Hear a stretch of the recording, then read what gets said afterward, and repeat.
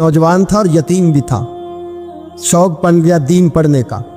महल्लेदार इलाके वाले कहने लगे कहाँ से कमाएगा, ना बाप है, ना माँ है, ना घर है, कहाँ से। हजरत रूमी कहते हैं नौजवान ने जंगल में झोंपड़ी लगा ली। वहाँ वो सुबह मदरसे जाता, शाम को जंगल में रहता, वहाँ अल्लाह अल्लाह करता, सबक याद करता। एक दिन बादशाह की बेटी रास्ता भूल गई, जंगल में आई सहेलियों के साथ, बॉडीगार्ड भी साथ थे पर रास्ता भूल गई।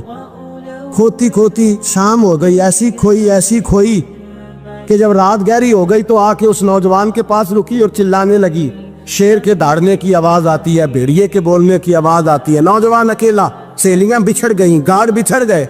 कहने लगी मैं परेशान हूँ, मुझे जगह मिल जाएगी। नौजवान कहता मैंने शहजादी देखी और मुझे भी पता था कि घर एक ही है और आग को अंदर से दरवाजा भी बंद करना पड़ता है, जंगल जानवर भी आ जाते हैं। कहते मेरी छोटी सी कुटिया में, झोंपड़ी में वो आई, रो के कहने लगी सहारा कोई नहीं, अगर मैं पीछे निकलूंगी तो भेड़िए खा जाएगा। कहते मैंने उसे जगह दे दी। अकेली औरत, चिराग जल रहा है, सबक याद कर रहा हूँ। मेरे नबी पाक ने फरमाया जहाँ मर्द औरत अकेले हो तीसरा शैतान होता है। और शहजादी, वो बच्चा कहता है सबक याद करता रहा सारी रात। वो बच्ची को कहा सो जा, पर वो कहती है नींद मुझे भी कहाँ आई। ऐसे मौकों पर नींद, सारी रात सबक याद करता। थोड़ी थोड़ी देर के बाद चिराग जलता तो उस पर उंगली रखता, हाथ जलता तो पीछे खींचने, फिर दूसरी उंगली रखता, थोड़ी देर के बाद जलता तो खींचने, हाथ सारा जल गया। सुबह किरणें चमकी तो कहने लगा चल निकल जा, दौड़ जा, बस बड़ा सब्र का इम्तिहान हो गया, चली जा। शहजादी बाहर निकली, सिपाही ढूंढ रहे थे। बादशाह खुद जंगल में निकला हुआ था, मेरी बेटी मिल गई।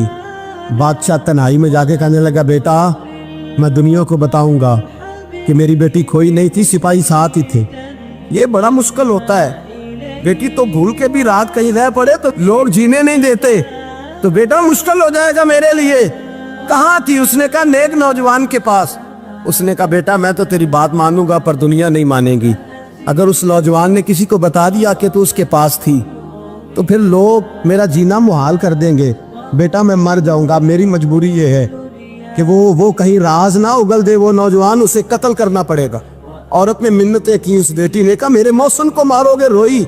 और वो कहने लगा मैं बादशाह हूँ, मेरा अपना वकार है, मैं उसको छोड़ नहीं सकता। गिरफ्तार कर लाए सिपाही। वक्त तय हो गया सजा का। अकेले कारकोशरी में रखा गया, जो उसके खास एतबार वाले थे उनकी ड्यूटी लगाई।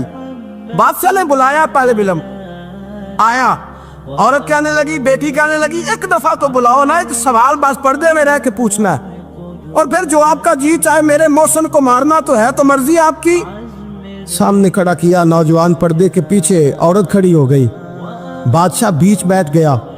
बीबी कहने लगी सारी रात बेदार मैं भी रही, सोया तू भी नहीं। वो जो तू चिराग के करीब हाथ लगा के जलाता था वो समझ नहीं आई। नौजवान रो पड़ा, कहने लगा क्या करूं, मैंने रसूलुल्लाह का दीन पढ़ा है, क्या करूं, मैंने हुजूर का दीन पढ़ा है।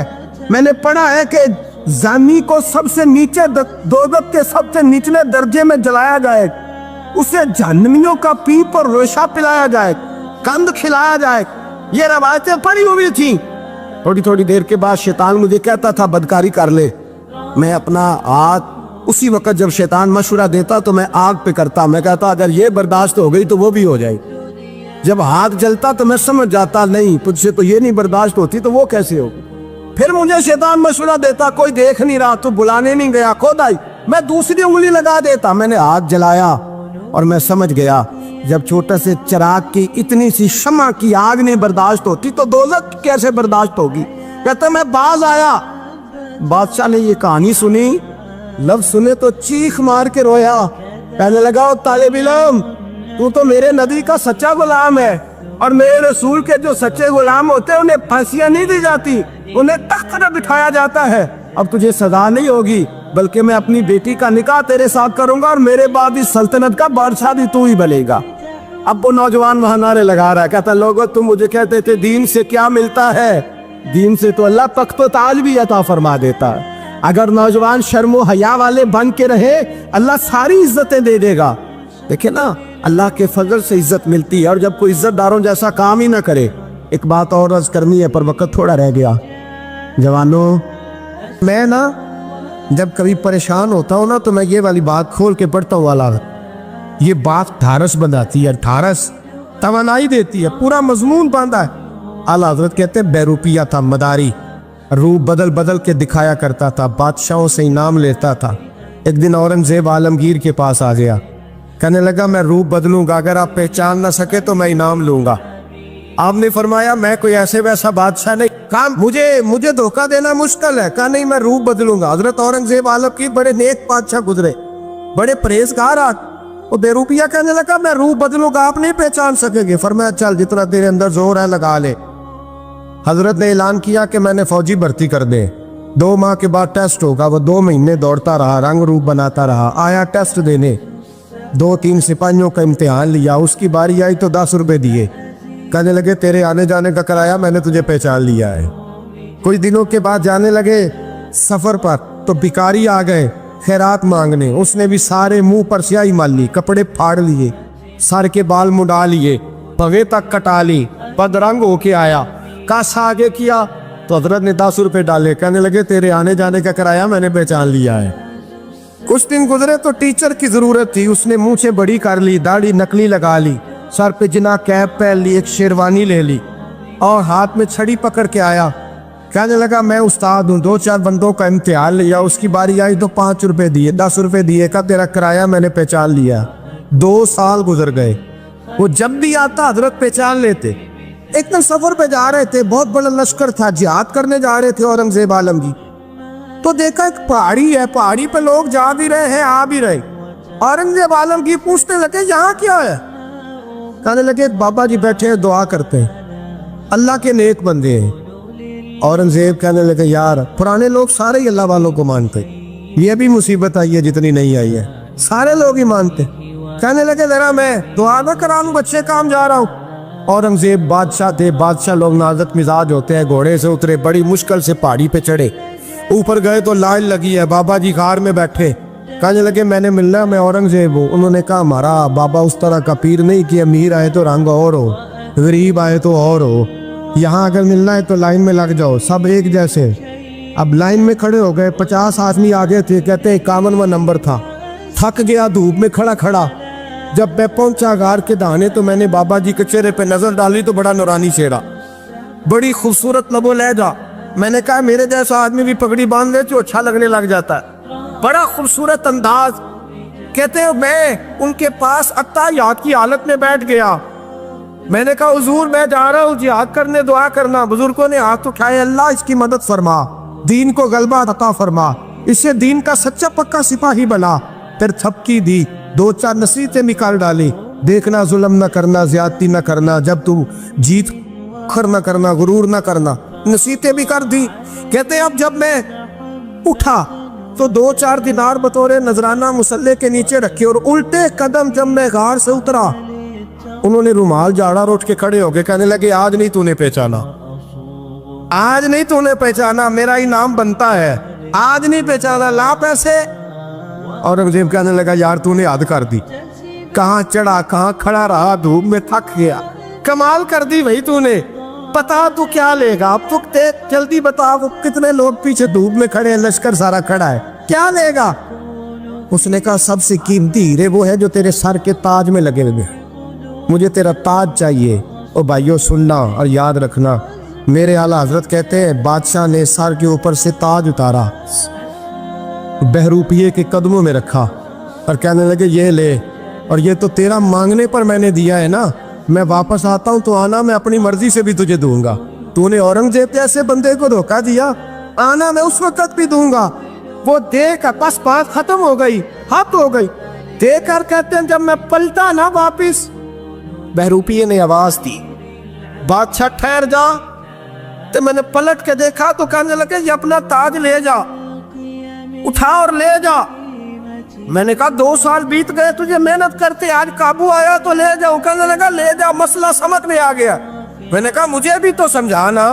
कहते वो फूट फूट के रोया, इसकी आंखें बरस पड़ी, सैलाब की तरह आंसू बह निकले, तड़पा और रो के कहने लगा बादशाह मैंने झूठ मूठ रसूलुल्लाह की गुलामी इख्तियार की थी, झूठ मूठ की दाढ़ी, झूठ मूठ की पगड़ी, झूठ मूठ का फकर, मैंने झूठ मूठ नबी पाक का लिबास पहना है, तो तेरे जैसे बादशाहों के ताज मेरे कदमों में आ गए हैं।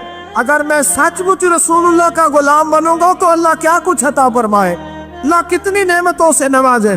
मेरे आला क्या फरमाते हैं, आला हज़रत फरमाते हैं फरिश्ते भी करते हैं ताज़ीम मेरी। कौन जी? अल्लाह। ऐसा अकीदा भी कम मिलेगा जो बरेली के इमाम का अकीदा है, ऐसा भी कम। कहते हैं फरिश्ते भी करते हैं ताज़ीम मेरी। क्यों? फरमाने लगे फिदा होके उन पर ये इज्जत मिली। बगदाद के एक दरवेश आलिम थे, तो वो जब भी नमाज पढ़ाते ना तो किसी ताजर की 2 बीवियों के बारे में दुआ मांगते। तो जो है मेरी बात पर, नमाज पढ़ाते तो कहते अल्लाह उस ताजर की 2 बीवियों को अपनी खास रहमतें अता फरमा। एक दिन लोग उनके गिर्द इकट्ठे हो गए, कहने लगे बाबा जी बताएं तो सही वो बीवियां कौन थी जिनके लिए आप दुआ मांगते। तो फरमाने लगे मेरे शहर का एक ताजर था, बहुत बड़ा ताजर था, मालदार था पर बे औलाद था। उसे बगदाद से मुल्क शाम जाना पड़ता था तिजारत करने, और कई कई महीने उसे शाम के मुल्क में रहना पड़ता था। उसने इस तरह किया कि वहां भी एक शादी कर ली। तो जो है ना मेरी बात पर, क्या कर लिया उसने? दूसरी शादी करना मर्द के लिए जायज़ है, तीसरी करना भी, चौथी करना भी भैया के वक्त, मगर अगर इंसाफ कर सके तो। अगर चारों में हम ना आधा मसला सुनते हैं और आधा ही बयान करते हैं, अगर इंसाफ ना कर सके फिर उसके लिए 4 जायज़, फिर वो एक ही रखेगा। तो अजीज दोस्त, दूसरा निकाह कर लिया, शादी हो गई। अब वो वहाँ कुछ ज़्यादा वक्त गुजारने लगा, मालदार आदमी था, बीवी को मकान भी लेके दे दिया।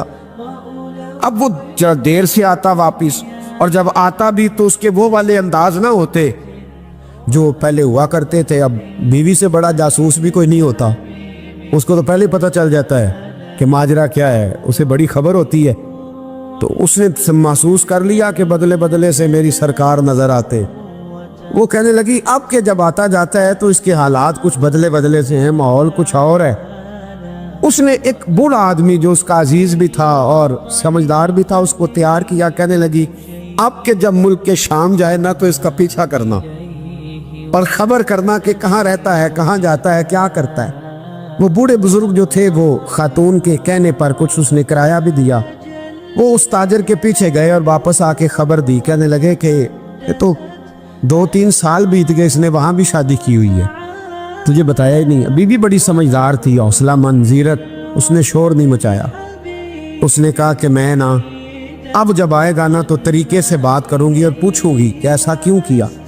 और ये भी उसने आके बताया कि अगर तेरे साथ निकाह के बाद उसे औलाद नहीं मिली तो औलाद वहां भी कोई नहीं, कि मुकम्मल तफसीलात। अब जब इस दफा खामंद आया तो आते ही वो बीमार हो गया, कमजोर होने लगा।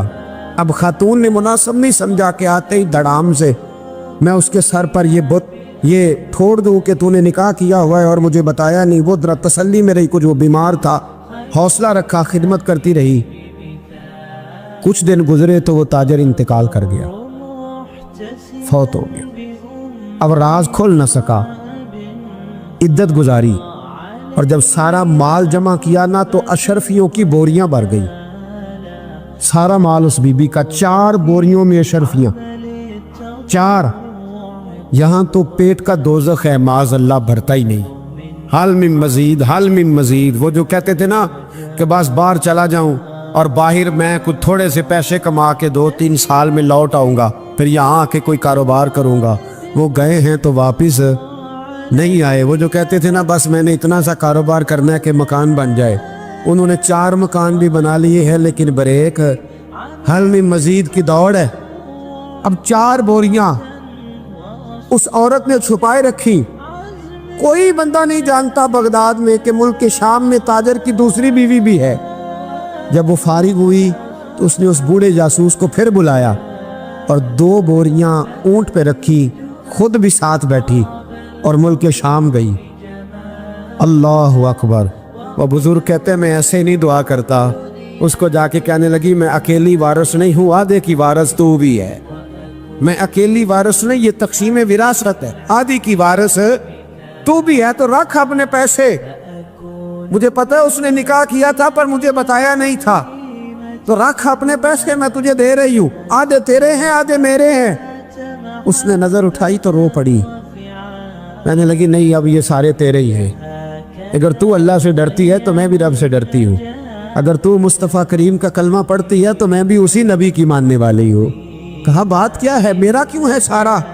तो वो खातून कहने लगी वो 2 साल 3 साल से मेरे साथ निकाह था और उसने बताया था मुझे कि मेरी बीवी भी है, और मैं गरीब थी तो मेरे वालिदैन को भी बताया था कि मेरी दूसरी शादी है। ये मकान उसने मुझे लेके दिया था, मेरे तमाम अखराजात वो पूरे करता था, नानो नफका का ख्याल रखता था। लेकिन अब के जब वो आया तो वो बीमार था। उसने मुझे बताया कि मुझे तबीब ने बताया है कि मैं शदीद बीमार हूँ, शायद बच ना सकूँ। तो कहने लगी वो मुझे कई लाख रुपए भी दे गया और जाते दफ़ा मुझे तलाक भी दे गया, फारिग कर गया। कहने लगा तू जहाँ चाहे मेरे बाद निकाह कर सकती है।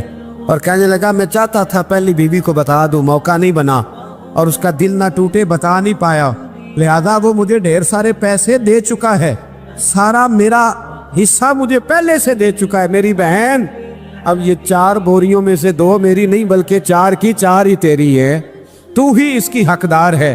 तो बुजुर्ग कहते हैं मुझे बताओ जिनके अंदर इस किस्म के तकवे की झलक हो उनके लिए हर नमाज के बाद दुआ मांगनी चाहिए कि नहीं मांगनी चाहिए?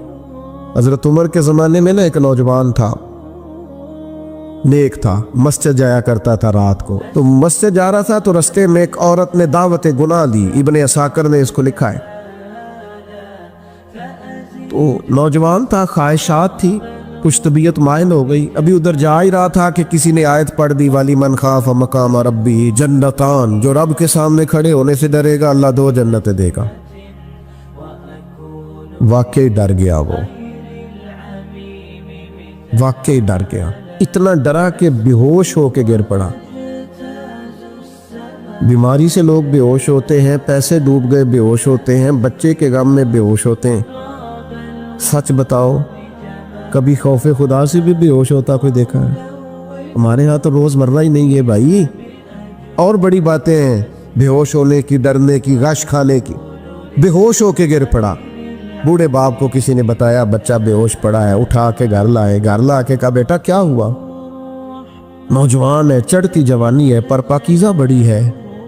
कहने लगा अब्बा जी गुनाह की तरफ चला गया था, पर मैंने आयत सुन ली जो अल्लाह के सामने खड़े होने से डरेगा रब 2 जन्नतें देगा। मैं डर गया था, रब वाकई 2 जन्नतें देगा। बाप रो पड़े, अब्बा जी की आंखों में आंसू आए और कहा पुत्र अल्लाह बड़ा मेहरबान है, उसके बाद ये सच्चे हैं, वाकई 2 जन्नत